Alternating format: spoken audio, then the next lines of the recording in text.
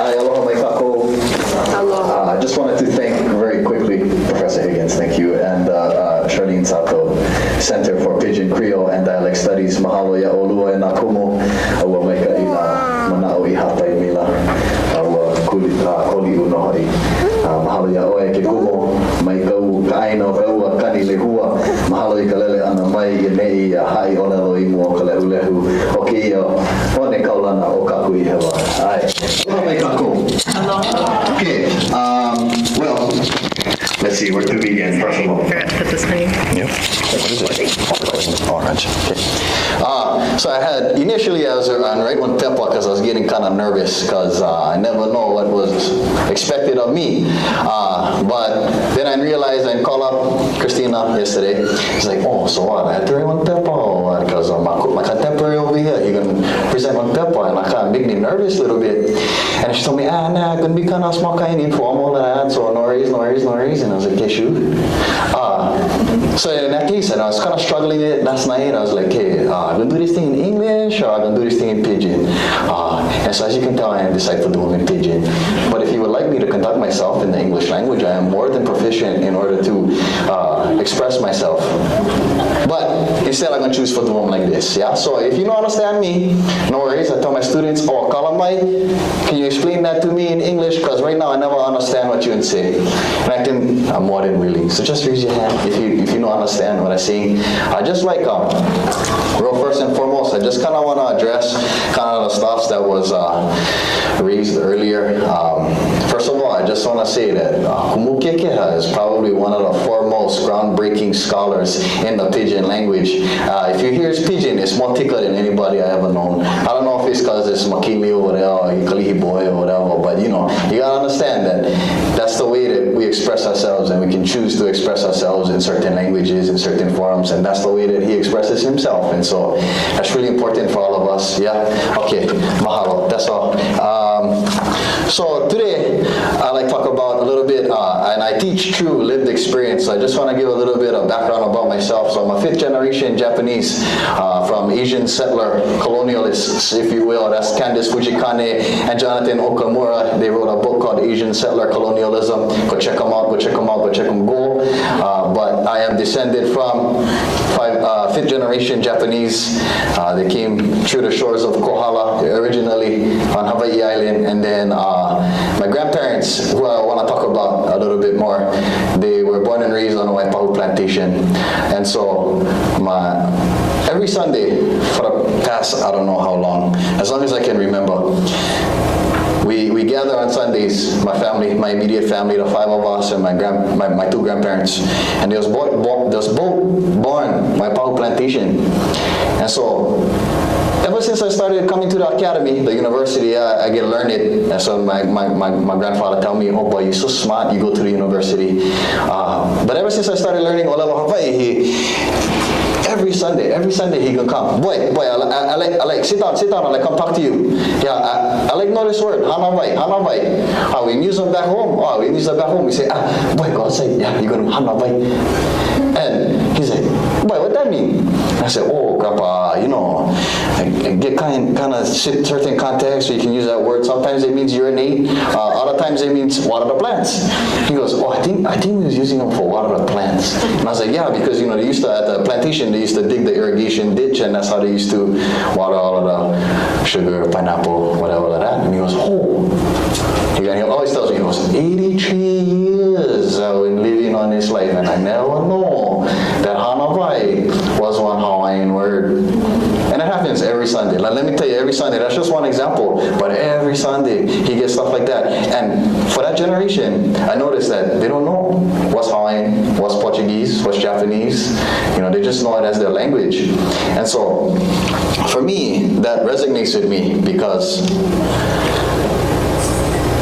we, as Hawaiian language teachers, educators, we have to bridge to our students.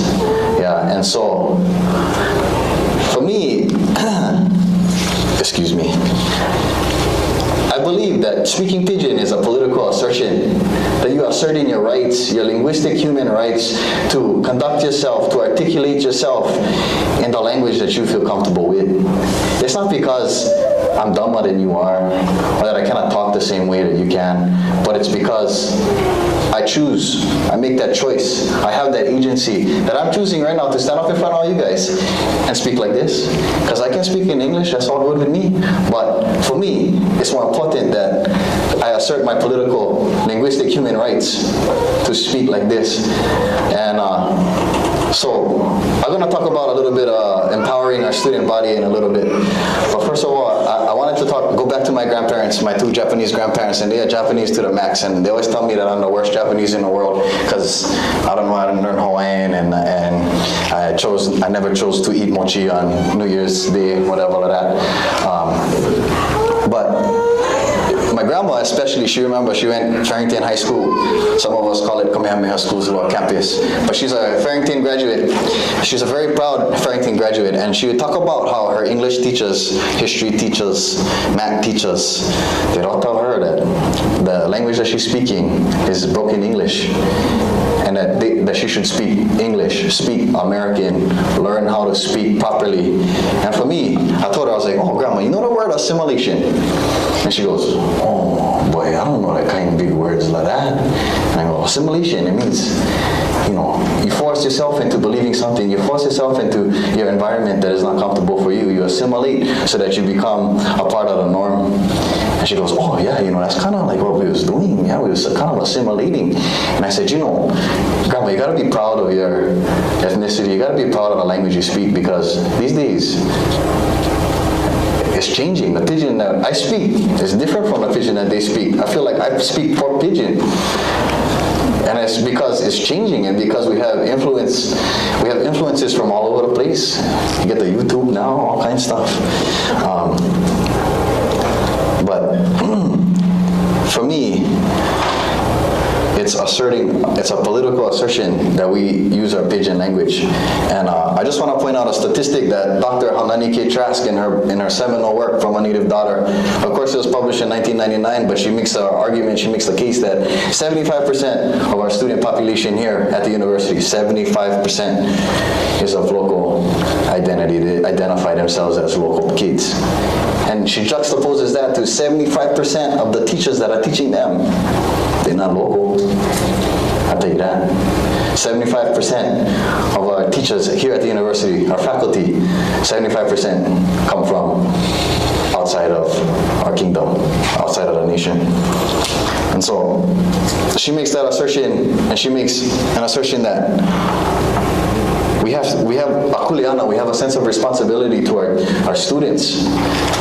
And I pride myself that my students, when they walk into my classroom, I talk like them, I look like them, I remind them of their crazy uncle or their crazy tutu that's so mad all the time and they don't know why she's mad, but she's always mad.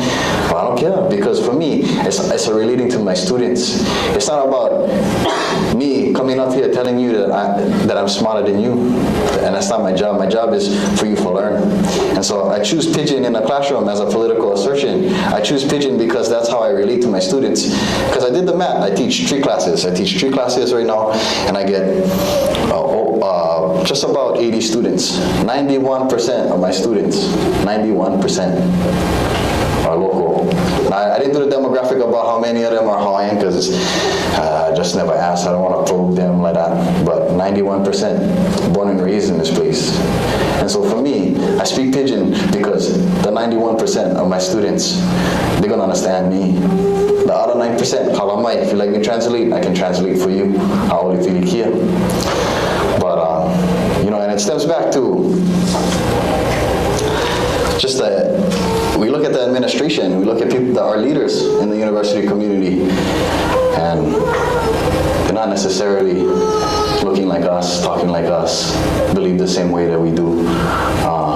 So I want to empower Pidgin in my classroom, and I just pulled a couple quotes that some of my students, and it just kind of speaks to the way that we can relate to our students. For me, it's using Pidgin in the classroom is how we can bridge to our students. It's how we bridge to our students, help them understand things that maybe they would have never come across before, and try to articulate that in a language that they understand.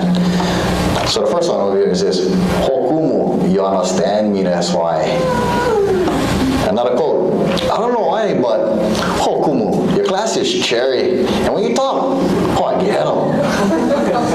And then I have a linguist in my class. He was a linguist in my class, and I apologized to him at the end of the day. I said, sorry, brother, you gotta understand that I'm not teaching to you because you get them, but I'm teaching to the kids that not necessarily gonna understand what lexicon is, what syntax is, what phonology is, what morphology is.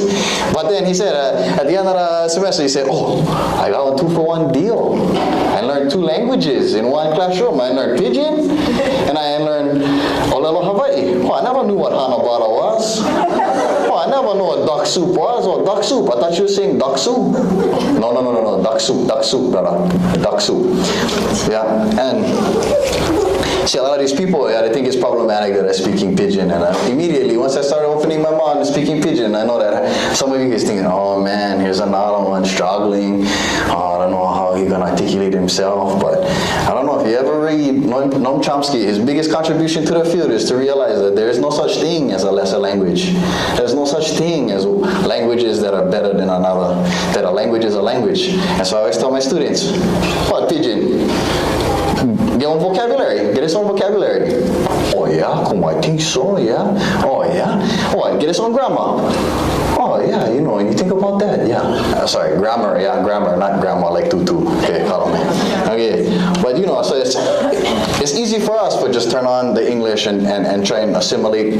But for me, it's more important that I reach my students, especially the local kids, because that's the ones I like learn Olelo Hawaii. That's the ones I like them carry on the language, because for me, I feel like, oh, my time had passed already. So it's hard for them, all the young kids. The young kids, they're going to take them on. And so, yeah, I know, over there, Kumu Kekea laughing at me, oh, you think your time is over? Yeah. I know. But, I think we have a blessing at our department, Kalikoaloha Center of Hawaiian Language, as well as Kalikoaloha Center of Hawaiian Studies. As far as I know, and somebody can correct me if I'm wrong, but Kalikoaloha Center of Hawaiian Studies has an all-Hawaiian faculty. And just recently, Kalikoaloha Center of Hawaiian Language has 100% local faculty. We have 100% local faculty. That means that everybody that teaches our students are from this place, know this place. And so for me, that's important, because I had one student just yesterday come up to me and tell me that, oh, he had a professor who was teaching Chinese history, Chinese culture, and he's from Connecticut, I think he was saying. He's from Connecticut. And he would laugh. He would laugh at their religion, and he would laugh at their culture. And for my student who is of Chinese ancestry, he took that offensively. He was like, how's this guy over here? Not even giving me a time of day, and not even thinking about, laughing about something, a matter that people have and live through every day. And so those kinds of connections that we need to make with our students. Okay, moving on.